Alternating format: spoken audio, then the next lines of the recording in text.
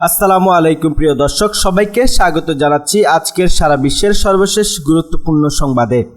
ইসরায়েলে ইরানের ক্ষেপণাস্ত্র হামলা উদযাপন করতে তেহরানের রাস্তায় বহু মানুষ নেমে এসেছেন। তারা ইরান, লেবানন ও হিজবুল্লাহর পতাকা এবং নিহত হিজবুল্লাহর নেতা হাসান নাসরুল্লাহর প্রতিকৃতি হাতে নিয়ে হামলার সমর্থন জানান। ইরানে ব্রিটিশ দূতাবাসের সামনে মূলত এই জমায়েত হয়। এর আগে এপ্রিলে ইসরায়েলে ইরানের হামলার পরও এই একই স্থানে জমায়েত লক্ষ্য করা যায়। মঙ্গলবার রাত জুড়ে ইসরায়েলকে লক্ষ্য করে 181টি ব্যালিস্টিক ক্ষেপণাস্ত্র ছুড়েছে ইরানের সেনাবাহিনীর এলিট শাখা ইরান রেভলিউশনারি গার্ড কর্পস। অধিকাংশ ক্ষেপণাস্ত্রই অবশ্য লক্ষ্যবস্তুতে আঘাত হানার আগেই ধ্বংস করে দিয়েছে ইসরায়েলের প্রতিরক্ষা বাহিনী IDF। তবে কয়েকটি ক্ষেপণাস্ত্র ধ্বংস করা যায়নি।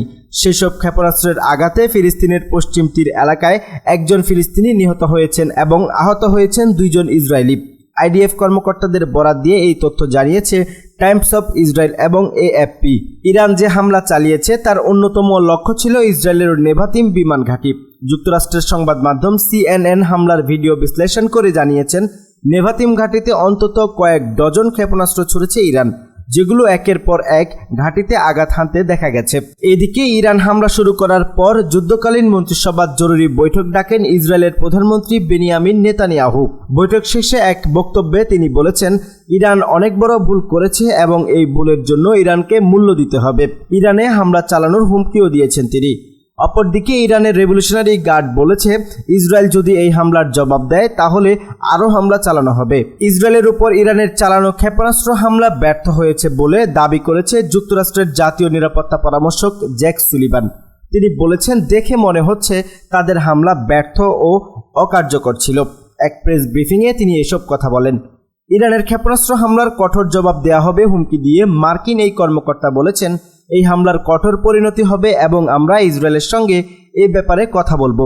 ব্রিফিংয়ে কী ধরনের ব্যবস্থা নেওয়া হবে প্রশ্ন করা হলে হোয়াইট হাউসের উপস্থিত সাংবাদিকদের সুলিভান বলেন, ইসরায়েলের সঙ্গে যুক্তরাষ্ট্র ইতোমধ্যেই আলোচনা শুরু করেছে এবং তা চলবে।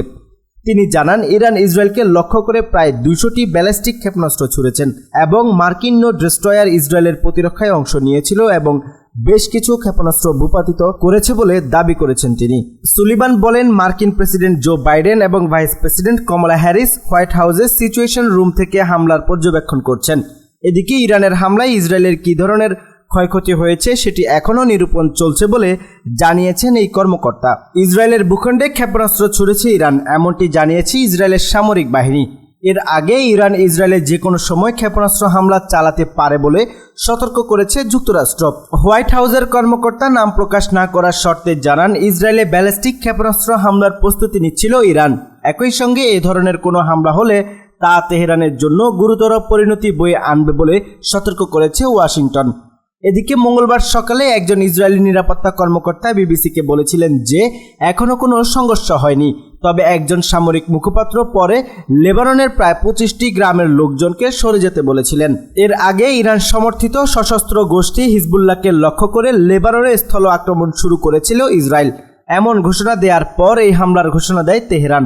ইসরায়েলের হামলায় গত সপ্তাহে হিজবুল্লাহ প্রধান হাসান নাসরুল্লাহ নিহত হন। হোয়াইট হাউসের একজন সিনিয়র কর্মকর্তা নাম প্রকাশ না করার শর্তে বলেছিলেন, ইরান ইসরায়েলের বিরুদ্ধে অতি সত্বর ব্যালিস্টিক ক্ষেপণাস্ত্র হামলা চালানোর প্রস্তুতি নিচ্ছে। আমরা এর সম্ভাব্য হামলার বিরুদ্ধে সক্রিয়ভাবে ইসরায়েলকে রক্ষা করার জন্য প্রতিরক্ষামূলক প্রস্তুতির সমর্থন করছি, বলেন ওই মার্কিন কর্মকর্তা।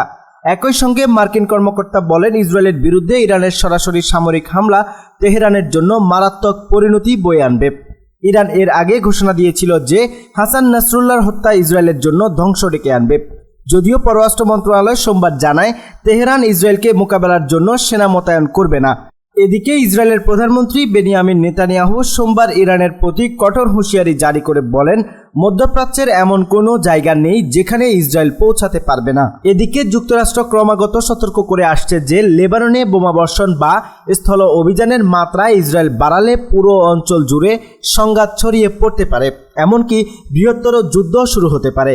কিন্তু যুক্তরাষ্ট্রের আহ্বানকে পাত্তা না দিয়ে ইসরায়েল উল্টো তাদের আক্রমণের মাত্রা আরও বাড়িয়েছে। 23 সেপ্টেম্বর থেকে ইসরায়েল তীব্র বোমা হামলা শুরু করেছে এবং সোমবার তারা সীমিত স্থল অভিযান চালিয়েছে।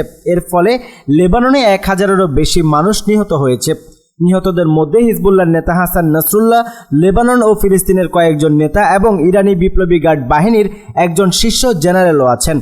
তবে প্রশ্ন উঠেছে, যুক্তরাষ্ট্র কেন ইসরায়েলকে এই সংঘাত থেকে নিবৃত্ত করতে ব্যর্থ হলো? এর চেয়ে বড় প্রশ্ন হতে পারে, যুক্তরাষ্ট্র কি আদৌ ইসরায়েলকে কোনো কিছু থেকে নিবৃত্ত করতে পারে? ইসরায়েল যে কেবল সংঘাত বাড়িয়ে চলছে তা নয়, তারা একাধিক ফ্রন্টে সংঘাত চালাচ্ছে। অধিকৃত পশ্চিম তীরের ইসরায়েলি অবৈধ বসতিরা প্রায় 1300 হামলা চালিয়েছে। সেখানে তারা ফিলিস্তিনিদের ঘরবাড়ি, ফসল ও সম্পদ ধ্বংস করেছে, কিন্তু তাদের কোনো ধরনের জবাবদিহিতা করতে হয়নি।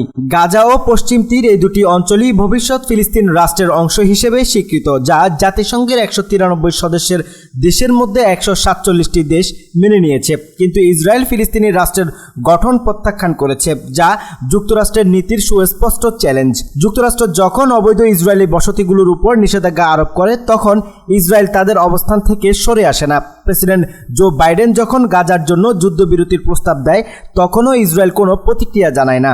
এমনকি যুক্তরাষ্ট্র যখন লেবাননে একতরফা পদক্ষেপ নেওয়ার বিরুদ্ধে কঠোরভাবে সতর্ক করে, তাতেও ইসরায়েল গুরুত্ব দেয় না। ইসরায়েল তাদের ইচ্ছেমতো পদক্ষেপ নিচ্ছে, আর এই সংকটের সমাধান বের করার দায় পড়ে যুক্তরাষ্ট্রের পররাষ্ট্র দপ্তরের উপর। এদিকে তাদের অস্পষ্ট ও প্রায় পরস্পর বিরোধী মন্তব্য সামাজিক যোগাযোগ মাধ্যমে সমালোচিত হচ্ছে। সোমবার এক সংবাদ সম্মেলনে মার্কিন পররাষ্ট্র দপ্তরের মুখপাত্র ম্যাথিউ মিলার বলেছেন, আমরা কখনো হামাসের সঙ্গে কূটনৈতিক সমাধান চাইনি। তখন এক সাংবাদিক প্রশ্ন করেন, তাহলে যুদ্ধবিরতির কি হবে? ম্যাথিউ মিলার বলেন, আমরা চাই যে হামাস আলোচনার টেবিলে আসুক। ম্যাথিউ মিলারের বক্তব্য যুক্তরাষ্ট্রের আগের নীতি ও কর্মকর্তাদের বক্তব্যের সঙ্গে সাংঘর্ষিক। এই বছরের জুন মাসে ইসরায়েলের প্রধানমন্ত্রী বেনিয়ামিন নেতানিয়াহু সরাসরি যুক্তরাষ্ট্র সমর্থিত একটি যুদ্ধবিরতির প্রস্তাব প্রত্যাখ্যান করেছিলেন। তিনি বলেছিলেন, এটি আমাদের শর্ত অনুযায়ী হবে এবং আমাদের শর্ত হলো যুদ্ধ শেষ না করা। ইসরায়েল ও হিজবুল্লাহর মধ্যে উত্তেজনা বাড়ার কারণে যুক্তরাষ্ট্র এখন একটি অস্বস্তিকর পরিস্থিতিতে পড়েছে। তারা একটি বৃহত্তর সংঘাত এড়াতে প্রাণপণ চেষ্টা করছে, তবে তাদের কূটনৈতিক প্রচেষ্টাও ব্যর্থ হয়েছে। প্রশ্ন উঠেছে, যুক্তরাষ্ট্র কিভাবে ইসরায়েলকে নিরস্ত্রকরণ করতে পারে বা আদৌ পারে কিনা। এটি স্পষ্ট যে ইসরায়েল নিজের নীতিতে অটল এবং যুক্তরাষ্ট্রের পরামর্শে খুব একটা পাত্তা দিচ্ছে না। এই পরিস্থিতি শুধু মধ্যপ্রাচ্যের সংকটকে আরও গভীরতর করছে। ইরানের ক্ষেপণাস্ত্র হামলার প্রতিক্রিয়ায় আজ রাতেই মধ্যপ্রাচ্যের শক্তিশালী হামলা চালানো হবে বলে হুঁশিয়ারি দিয়েছে ইসরায়েল। মঙ্গলবার রাতে এই ঘোষণা দেন দেশটির সামরিক বাহিনীর মুখপাত্র রিয়ার অ্যাডমিরাল ড্যানিয়েল হ্যাগেরি। এক বিবৃতিতে মুখপাত্র ড্যানিয়েল হ্যাগেরি বলেন, ইরান গুরুতর কাজ করেছে এবং মধ্যপ্রাচ্যকে উত্তেজনার দিকে ঠেলে দিয়েছে। আজ রাতেই ইরানের এই কর্মকাণ্ডের পরিণতি ভুগতে হবে।